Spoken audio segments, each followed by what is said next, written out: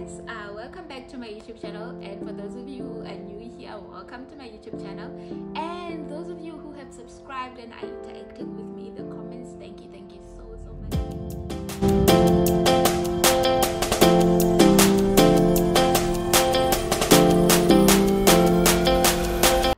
Yeah, this is a very long overdue video, but we move, and yeah, we're taking it forward.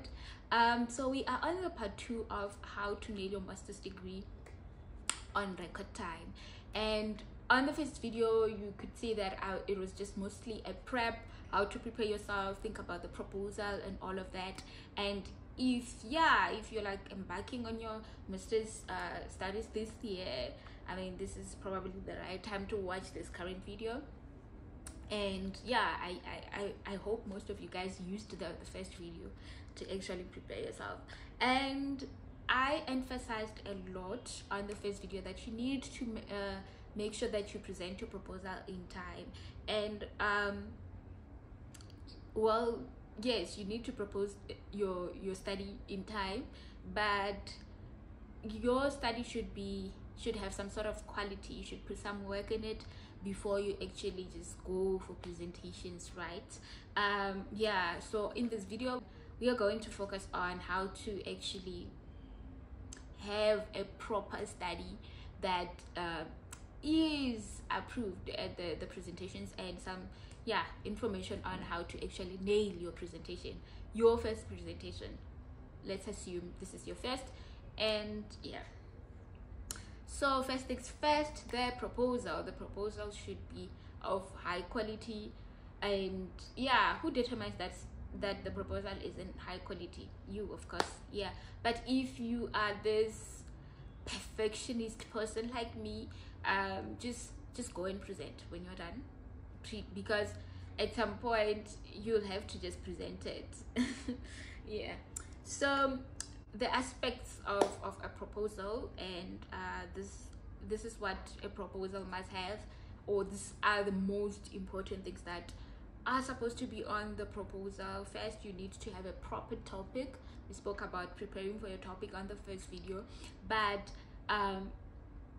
yeah, how should you make sure that your topic is good enough when you just stand there and present? Like, it doesn't raise a lot of eyebrows and stress people out, or make the audience to think that you don't know what you're doing. Your topic should be as clear as possible. We know that it should include all the factors that actually kind of describe your study. So it should define your study in a way, but briefly, very few words, but kind of define what you're doing. And yeah, it should also some sort of have an area of where you're carrying out your study, and give like some light on what you're doing. Is that your proposal should be as clear as possible. I know when we're doing our scientific studies, we end up trying to come up with very complicated words for our topics so that they may seem sophisticated, but don't focus so much on sophisticating the topic that you end up just confusing the audience and not being clear about what you're talking about. Anyways, you want a study that has a proper topic, where if you have published and people want information, they could literally type something that relates to your study, and the topic would make the algorithm to just go for your study on the internet. I don't know how it works, but yeah, a topic that is findable. But I've read a lot of studies where if you just type the stuff that's related to that study on Google Scholar, trying to search for such information, you won't quickly get that study, because I mean, the topic is just using huge bombastic words that are kind of pushing out or not really relevant to the contents of the study. And if you want to have a study that is findable, or people can cite you and all that, and yeah, you want to be referenced, then make sure that your topic relates to the contents of your study, and it is as brief as possible, and it is easily findable. Yes, as much as you want it to be like super sophisticated and yeah, sound that you are educated. So after your topic and all that, you go to the background. That is like the starting point to give the introduction of your study, the background, what's happening there, in the environment that you want to actually carry out your study. Your background should kind of give brief overview of what's happening and some sort of research questions, if not hypothesis.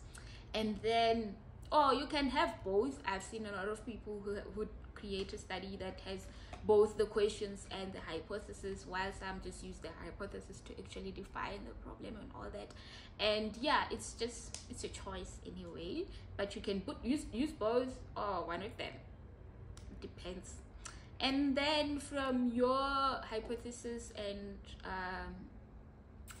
research questions, you go directly into your objectives. In most proposals, the objectives, hypothesis and the research questions would just go with the background as a flow there. Then the objectives just gives what you are trying to achieve with that study. And then yeah, they need to be as clear as possible, and objectives should really answer the research questions that you have or the hypothesis that you have, like in a way. So number 2 is literature review. Brief literature. In some proposals it's integrated with the background, but some would require you to have some sort of a 3, 4, 5 pages of literature, like what have you learned while trying to come up with this topic, like what is the literature that exists there. It's brief. It's not like the complete literature review that you're going to include on your final dissertation. And yeah, that's just it. Literature review is important, and here that is where you master your way of referencing your work. Hey, don't go around taking people's work and just writing that without like properly referencing. And yeah, referencing methods depend on the institution that you are studying at. Some institutions are like really focused on one referencing method. They'll just tell you, we are on Harvard, that's it. And then some use all these other ones, APA and all that. So that would depend on the guidance that you're given by your institution. But this is where you show your referencing skill. Like, yes, in your background here and there you might have some literature review that you have done, because yeah, you're giving a background. But when you're doing a literature review, that's where you show your skill of referencing people's work and yeah, sharing insights from as little as you can. Please, I know sometimes people who are comfortable with literature review find it very hard to be brief, because they have all this information that they've gathered, they've read a lot of things, and then they've put them in one place. But be as brief as you can, and make sure that you do not just put people's work without referencing and citing their work. From literature review, we go to number 3, which is the methodology. This is the method you are going to use to carry out your study. And before everything else, you need to make sure that in this section you have a reason for every choice you make. You have a reason why you're using primary and not secondary data. You should have a reason why your study is qualitative and not quantitative. You need to have reasons for every choice you make in this section. Analytical methods, you need to give reasons why are you using this. It's really good for you to also prepare yourself, because when you're going to the presentation to say, okay, I chose that I'm going to do a qualitative study and this is how I'm going to carry it out, someone may just sit there and be like, why qualitative with that topic?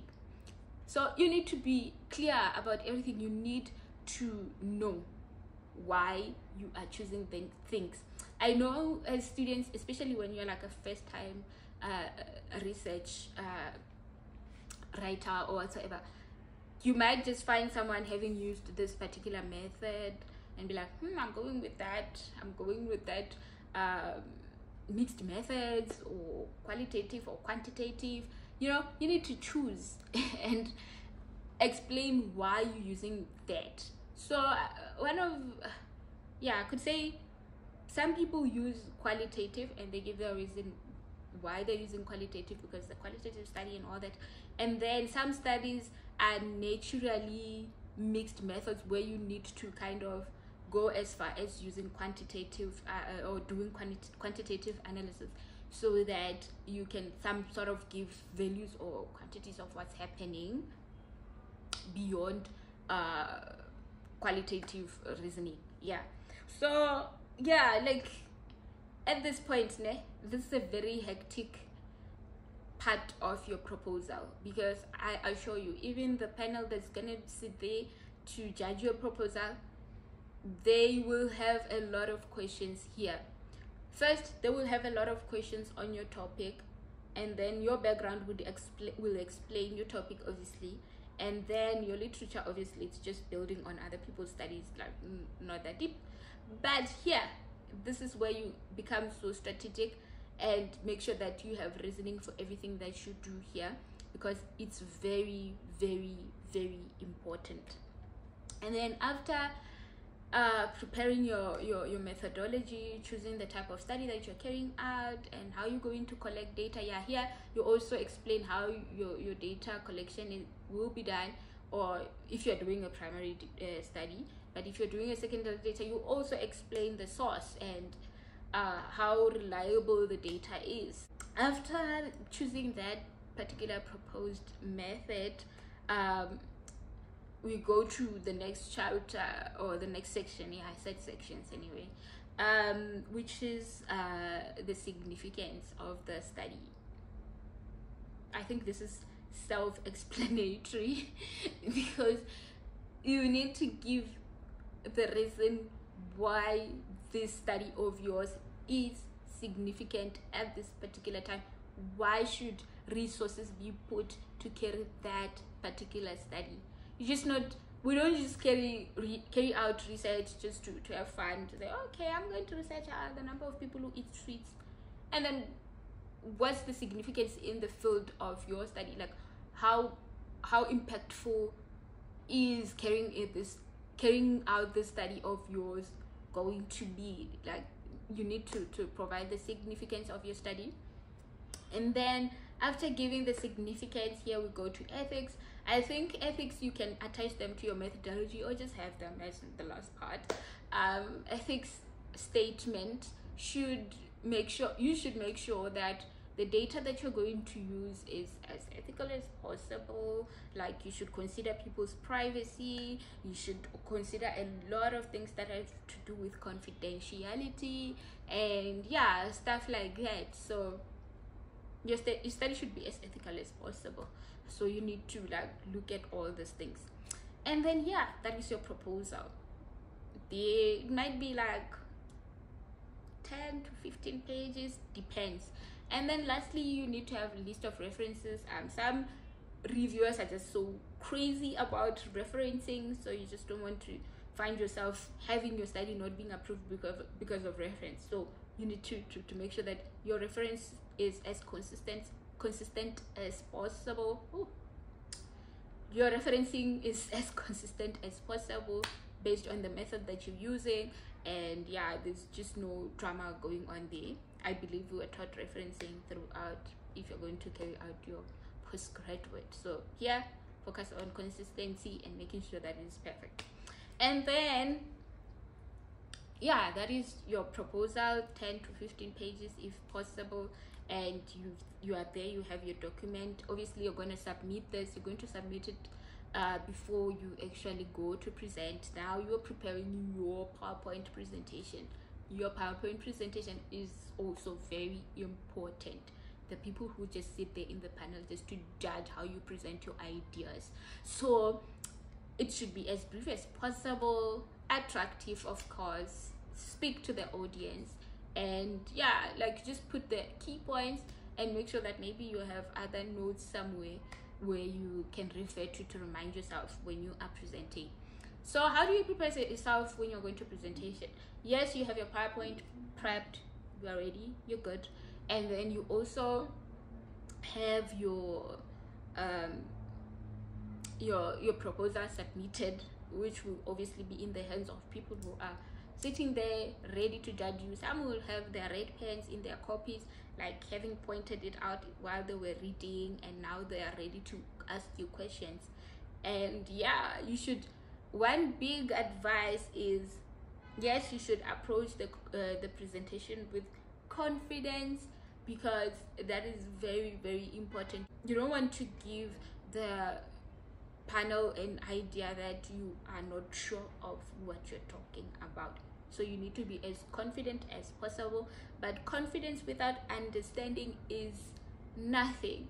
So you also need to understand and have clear reasons why you are carrying out this particular study. So you need to show that you understand what you're doing, have an understanding of every section of your study. What I'm trying to say right now is that avoid copying and pasting something on your study, or copying information from somewhere. You might not copy and paste directly, but you might just include something on your study without knowing what it means. Like, that will just expose you, because if someone asks a question related to that, you're just going to be there freezing or mumbling or saying stuff that don't even exist. So what you need to do, make sure that you understand every section of the proposal that you have submitted, the background, the chosen area. Oh, I forgot to include the study area. The study area is included also in your methodology. So, and you should give the reason why you're carrying out that study in that particular area. But when you are presenting, you need, like I'm emphasizing this, you need to know and understand every section or every corner of your proposal, because you never know where people will ask questions. And yeah, that's just it, guys. Thank you for watching. I think it was as brief, and this is the part 2. We'll move to part 3, where we are actually going to now drafting, hoping that you have made it in your presentations. Thank you, guys. Yeah, so those are the components of the proposal, just the most important ones or the hectic ones. And yeah, based on the guidance that you might be given at your institution, or there might be some stuff that you have to also include in your study, but I assure you these are the most important components of the study. And also, for me to actually understand research proposal and how to prepare myself, I got myself a guide. This was a guide that was prescribed by my first research supervisor when I was still doing my undergrad, and this is the practical guide that he prescribed, and it has been useful for me. It's a book, Constructing a Good Dissertation, by Eric Hofstadter. I didn't read that well, I don't know, but yeah, so it's a practical guide for finishing your master's, your PhD, whatsoever, MBA. And yeah, it has been useful for me. I got it when I didn't understand research. It was still my undergrad and I was still doing honest research, but I got this book, and yeah, from there, I think the first chapter covers the whole of preparation when you are doing your proposal, and yeah, it has all those components and how to write them. So this is just one of the books. I don't know, I still kept this book.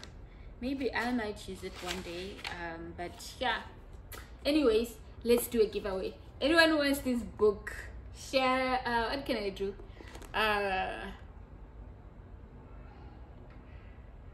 Yes, comment on the comment section. It was a good book.